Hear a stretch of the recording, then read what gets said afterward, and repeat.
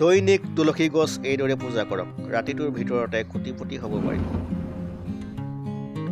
সনাতন ধৰ্মত তুলসী উদ্ভিদক অতি গুৰুত্বপূৰ্ণ বুলি বিবেচিত হৈছে। মাতৃ লক্ষ্মীয়ে তাত বাস কৰে। কোৱা হয় যে যি ঘৰত তুলসী উদ্ভিদ আছে তাত ধনাত্মক শক্তি বাস কৰে।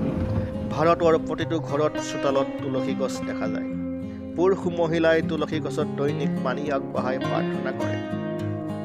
তুলসী শ্ৰদ্ধাৰ লগতে বহু ঔষধেৰে ভৰপূৰ। আহকচোন আজি আমাৰ ভিডিঅ'টোৰ জৰিয়তে কেইটামান কথা জানি লওঁ তুলসী গছত কেনেদৰে পূজা কৰিলে আপোনাৰ আৰ্থিক অৱস্থা টনকিয়াল হ'ব।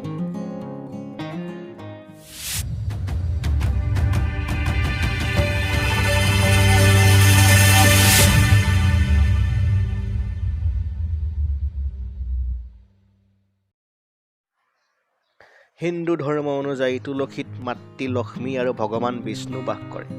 সেইবাবে সকলোকে ঘৰতে তুলসী ৰোপণ কৰিবলৈ পৰামৰ্শ দিয়া হৈছে। য'ত তুলসীত মাতৃ লক্ষ্মীজীয়ে বাস কৰে, আনহাতে ভগৱান শালিগ্ৰামজীয়ে ইয়াৰ শিপাত বাস কৰে। দৈনিক তুলসী উদ্ভিদক পূজা কৰি মাতৃ লক্ষ্মীক সুখী কৰা হয়। কোৱা হয় যে যিকোনো দেৱতাক প্ৰদক্ষিণ কৰিলে আপোনাৰ শৰীৰত ধনাত্মক শক্তিৰ প্ৰৱাহ বৃদ্ধি পায়। সেইদৰে তুলসী উদ্ভিদৰ প্ৰদক্ষিণ কৰি সকলো দেৱতাৰ আশীৰ্বাদ পোৱা যায়। তুলসী উদ্ভিদ ৰোপণ কৰিলে ঘৰত সুখ আৰু সমৃদ্ধি আহে। এনে কৰিলে আপুনি ৰাতিটোৰ ভিতৰতে কোটিপতি হ'ব পাৰে। তুলসী গছৰ প্ৰদক্ষিণ কৰি মাতৃ সন্তুষ্ট হয় আৰু আপোনাৰ ওপৰত ধনৰ বৰষুণ দিয়ে। মাই আপোনাক ধন সম্পত্তিৰ আশীৰ্বাদ দিয়ে। তুলসী পৰিক্ৰমাৰ কিছুমান নিয়মো আছে, যিবোৰ মনত ৰখা প্ৰয়োজন। তলত নিয়মবিলাক চাওঁ আহক। নিয়মীয়াকৈ তুলসী উদ্ভিদৰ পূজা কৰিলে দেৱী লক্ষ্মীৰ বিশেষ আশীৰ্বাদ পোৱা যায়। পৰিয়ালত সুখ আৰু সমৃদ্ধি আহে। অৱশ্যে পূজা কৰাৰ আগতে মনত ৰাখিব যে গা ধোৱাৰ পিছতহে তুলসীক যেন পানী আগবঢ়ায়।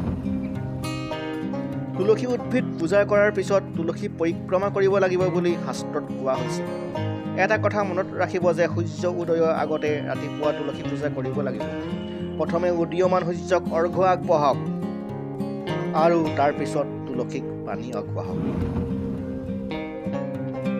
উদীয়মান সূৰ্যক অৰ্ঘ্য দিয়াৰ পিছত তুলসী গছজোপা প্ৰদক্ষিণ কৰা সময়তো পানী আগবঢ়াব পাৰে। তুলসী গছজোপা মাত্ৰ 3বাৰহে প্ৰদক্ষিণ কৰিব লাগিব আৰু 3বাৰ প্ৰদক্ষিণ কৰি পানী আগবঢ়াব লাগিব। যদি আপুনি সৰু ঠাইত তুলসী গছ ৰোপণ কৰিছে তেন্তে এটা ঠাইত থিয় হৈ প্ৰদক্ষিণ কৰিব পাৰিব। যদি এই লিখনিটো ভাল লাগিল তেন্তে ফেচবুকত আৰু ইউটিউবত শ্বেয়াৰ আৰু লাইক কৰক। এনেধৰণৰ আৰু অধিক ভিডিঅ' পাবলৈ আছামিজ স্মাৰ্ট টিপছ সৈতে সংযুক্ত হৈ থাকক। আপোনাৰ মতামত আমালৈ কমেণ্ট বক্সত পঠাওক। ধন্যবাদ।